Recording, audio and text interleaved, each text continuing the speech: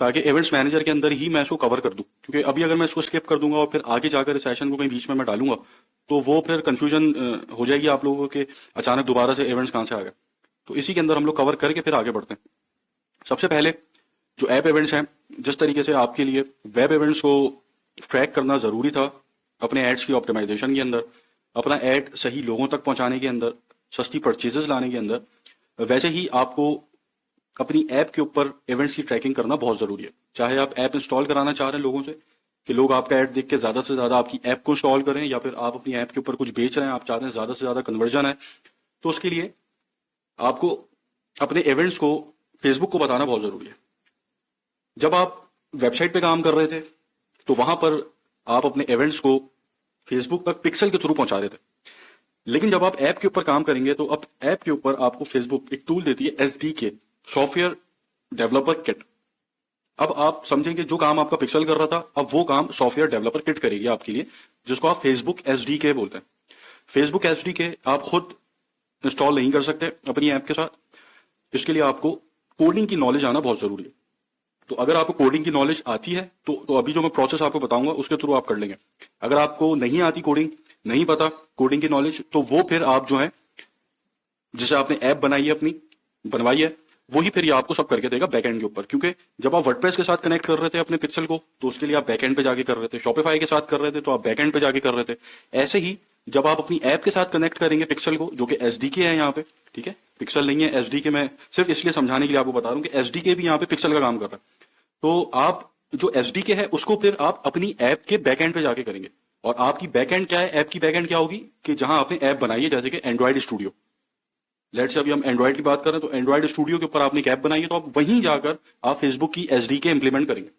वो इंप्लीमेंट होगी तो फिर आपके स्टोर का, आपकी ऐप का और आपकी फेसबुक का कनेक्शन बिल्ड होगा। वो कनेक्शन बिल्ड होगा उसके बाद फिर आप इवेंट्स को सेटअप कर सकेंगे, वरना नहीं कर सकते।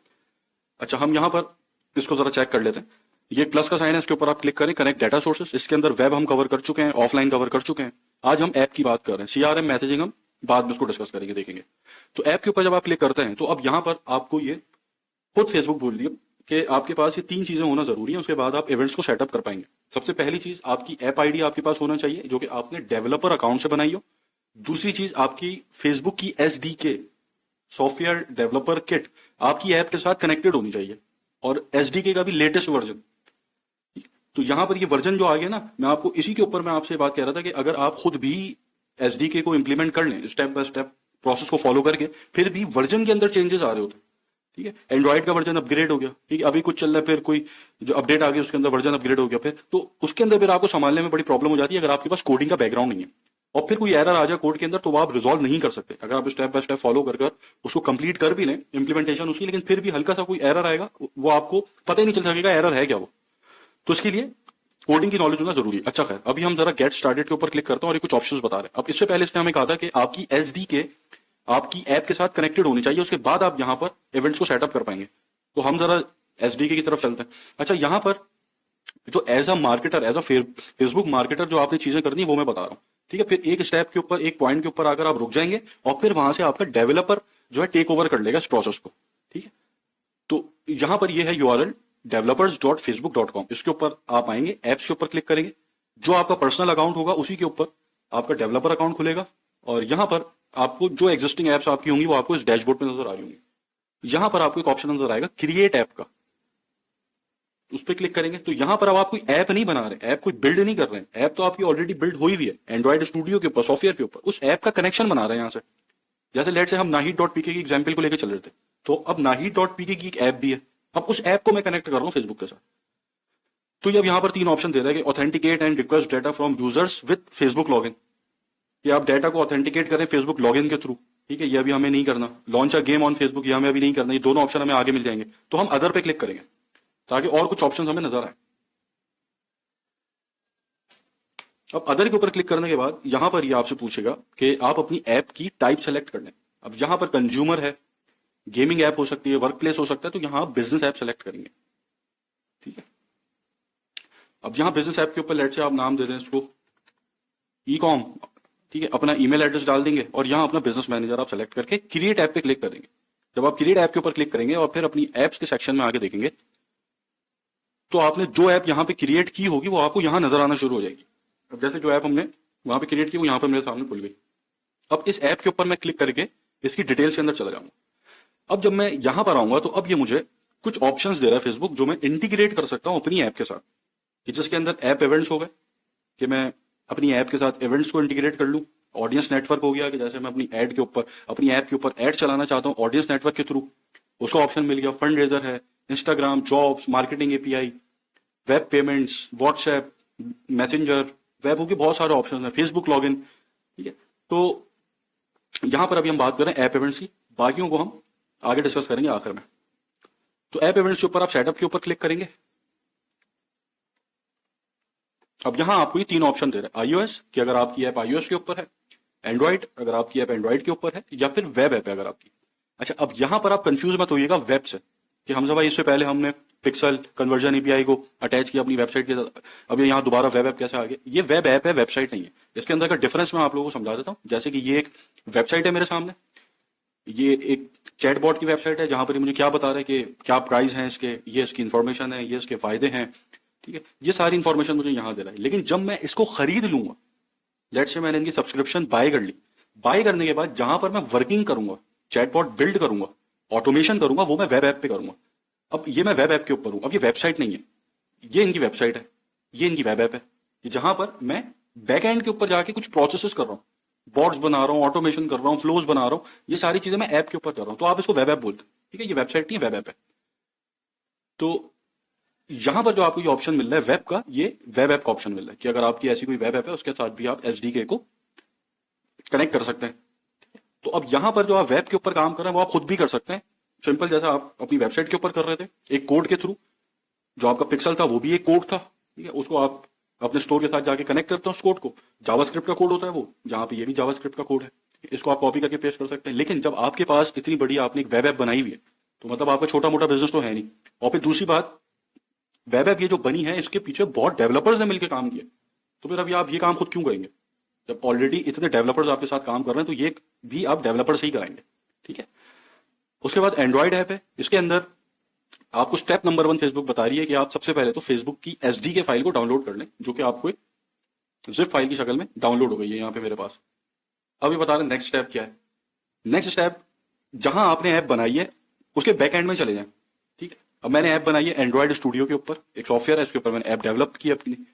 तो अब मैं इसके बैक एंड में चला गया अपनी ऐप के, वहां पर न्यू प्रोजेक्ट करें, मिनिमम एसडी के बता रहे हैं, उसकी वैल्यू आपको ये बता रहे कि भाई कम से कम एपीआई 15 एंड्रॉइड का ये वर्जन या इससे ऊपर होना चाहिए। तो अब देखें यहां पर भी वर्जन आ गया, एंड्रॉइड का भी वर्जन आ रहा है, एसडीके का भी वर्जन आ रहा है। तो यहां पर ये जो स्टेप बाय स्टेप प्रोसेस आप खुद अगर इसको कर भी लें फॉलो, फिर भी एरर के चांसेस बहुत ज्यादा होते हैं और आप इसको संभाल नहीं सकेंगे।